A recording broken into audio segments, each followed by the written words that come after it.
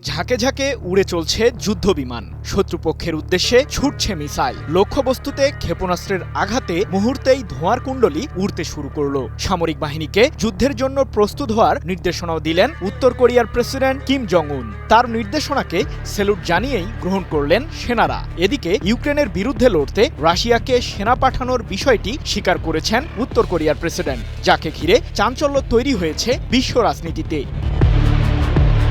যুক্তরাষ্ট্রের ক্ষমতার পালাবদলের হাওয়া লাগে বৈশ্বিক রাজনীতিতে। শেয়ার বাজার থেকে শুরু করে যুদ্ধের ময়দানেও ছড়ায় হোয়াইট হাউসের ওভাল অফিসের চেয়ারের উত্তাপ। বাড়তি সতর্কতা হিসেবে সামরিক শক্তি বৃদ্ধিতে মনোযোগ দেয় বেশিরভাগ দেশ।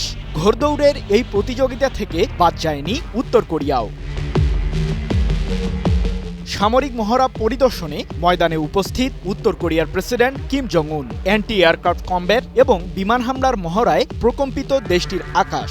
এ সময় প্রেসিডেন্ট কিম জং উন সেনাদের উদ্দেশ্যে বললেন, সশস্ত্র বাহিনীর সবচেয়ে গুরুত্বপূর্ণ কাজ হল যুদ্ধের জন্য প্রস্তুত হওয়া। আধুনিক যুদ্ধের সব স্তরের জন্য তৈরি থাকতে হবে। 17 মে এক প্রতিবেদনে বিষয়টি নিশ্চিত করেছে ব্রিটিশ বার্তা সংস্থা রয়টার্স।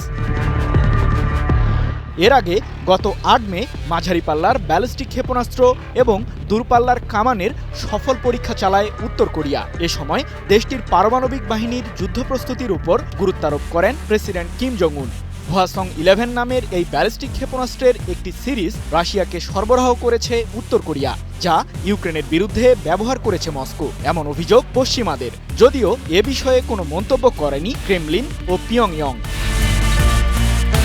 সব মশার বিরুদ্ধে সুরক্ষা দিতে এলো বসুন্ধরা এক্সট্রিম অ্যারোসল, মশার বিরুদ্ধে এক্সট্রিম সুরক্ষা। এদিকে সকল জল্পনা কল্পনার অবসান ঘটিয়ে প্রথমবারের মতো রাশিয়াকে সেনা পাঠানোর বিষয়টি স্বীকার করেছে উত্তর কোরিয়া। কুরস্ক অঞ্চল পুনরুদ্ধারে সহায়তা করার জন্যই মস্কোকে সামরিক বাহিনীর সদস্য পাঠানোর দাবি করেছে পিয়ংইয়ং। এক প্রতিবেদনে বিষয়টি নিশ্চিত করেছে মার্কিন সংবাদ মাধ্যম এনপিআর।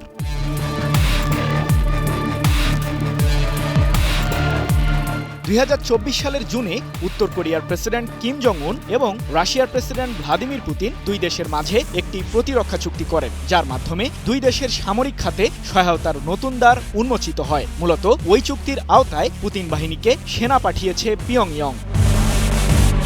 এর আগে ইউক্রেন ও মার্কিন গোয়েন্দা বাহিনী দাবি করে উত্তর কোরিয়ার প্রায় 10 থেকে 12,000 সৈন্য যোগ দিয়েছে রাশিয়ার সামরিক বহরে। কিয়েভের বিরুদ্ধে লড়তেই মূলত পিয়ংইয়ংয়ের এমন পদক্ষেপ দাবি যুক্তরাষ্ট্রের। যদিও সে সময় এই দাবির বিষয়ে কোনো মন্তব্য করেনি উত্তর কোরিয়া কিংবা রাশিয়া।